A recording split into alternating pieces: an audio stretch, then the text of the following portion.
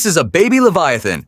Yes, a real one, and he absolutely loves gummy fish. And this is a fully grown Leviathan destroying a naval fleet in the deep ocean. So today, we're going to simulate what it's actually like to raise one of these ocean monsters as a pet. But to start off, here he is when I first got him. He was taking a nap in my laundry, so I had to wake him up. At this stage, he's only about 4 inches long. He's got tiny webbed gills, little fins, and harmless glowing tendrils. Since he's so small and harmless, I wanted to see how he interacts with toys. Turns out, he doesn't really care for architecture. Next, we tried a tennis ball, which he seemed to like a lot better. He got a little messy at first, especially when he figured out where his food was kept. But he was still really friendly and loved to play.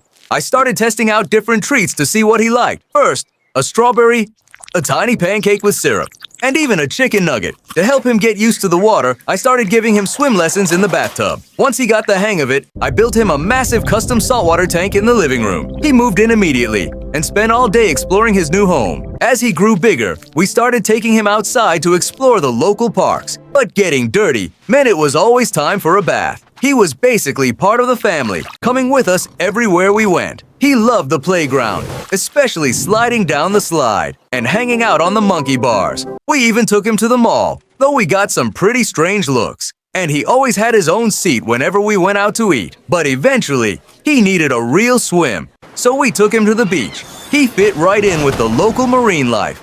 He then made his first friend Turtle and more other friends, though he did end up eating a few of his new friends. But he was growing way too fast. Pretty soon, he was taking over my bed and even taking over my workouts in the garage. At this point, he was basically just another roommate who ate all my food. When we had to go somewhere, he had to ride in the back of the truck. Eventually, he got too big for the house, so we had to build him a massive custom habitat at the local marine sanctuary. It was a huge hit, and crowds would line up every day just to watch him swim. The keepers had to track his size daily, and he was easily clearing 15 feet. He was a natural performer and loved showing off for the audience during feeding time. But having thousands of people constantly staring and tapping on his glass started to stress him out. We tried to keep him happy with his favorite treats, but we could tell he was getting restless. It didn't help that the sanctuary decided to place him right next to the walrus enclosure, whose constant barking and aggressive posturing only added to the underlying tension building up inside him. To escape the chaotic sensory overload and the relentless noise of the tourists, he would retreat deep down to the absolute bottom of the pool, coiling up in the shadows where he hoped nobody could bother him. But then they started construction nearby, and the deep, heavy acoustic vibrations shook the water so intensely that he had absolutely nowhere to hide from the painful sound waves. You could see the shift in his behavior almost instantly as his bioluminescent markings flared and his eyes glowed a deep, ominous red, signaling that he had finally reached his limit. With a sudden burst of pure agitation,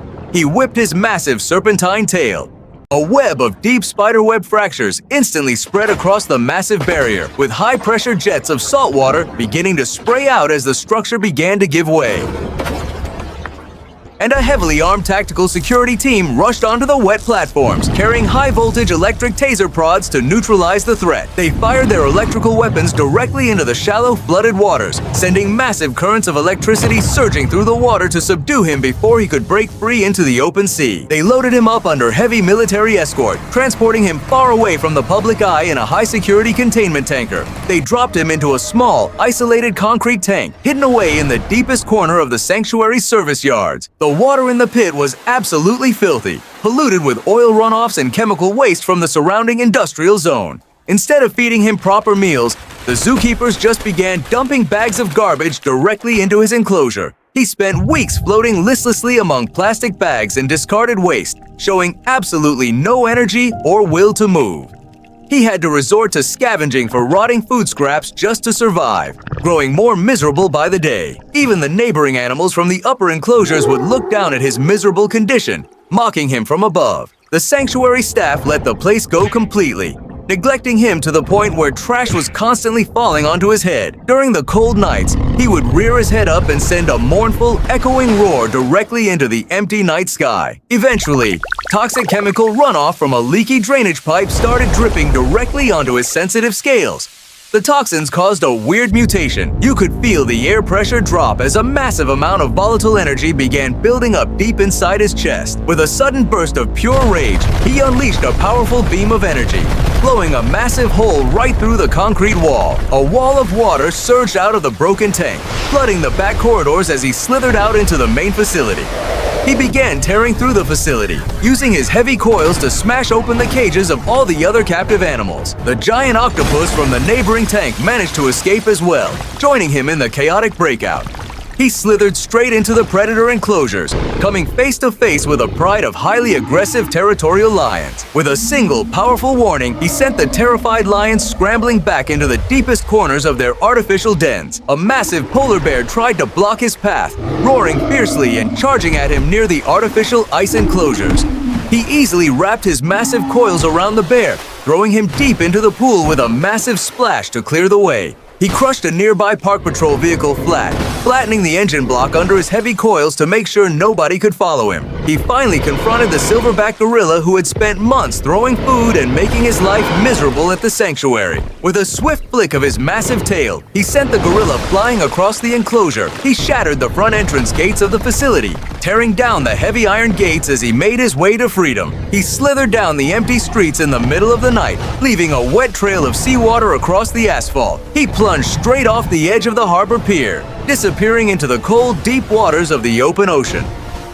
For a brief moment, he swam peacefully alongside a pod of blue whales, finally back in his natural ocean habitat. But his peace didn't last long, as a massive pack of great white sharks quickly swarmed and began attacking him. He released a powerful underwater electromagnetic pulse from his scales, instantly scattering the predators and clearing the area. The military's deep-sea submarines picked up his massive energy signature, tracking him through the dark abyss with their sonar. They fired specialized, high-tension titanium harpoon chains directly into his body to restrict his movement. He thrashed violently against the steel lines, whipping his tail and creating a massive vortex of bubbles in the deep water. The Navy deployed heavy-lift helicopters to hoist him out of the water, completely wrapped in a reinforced steel net. They dropped his heavy, trapped body directly onto the flight deck of an aircraft carrier, surrounding him with armed guards. They locked him inside a massive, high-tech glass containment cell at a secure naval base to run experiments. Scientists began attaching neural sensors and a heavy metal shock collar around his neck to force him into submission. They bolted heavy military armor plating and dual rocket launcher pods directly onto his back, turning him into a weapon. They deployed him into a remote desert test site, forcing him to slither alongside rows of heavy combat tanks.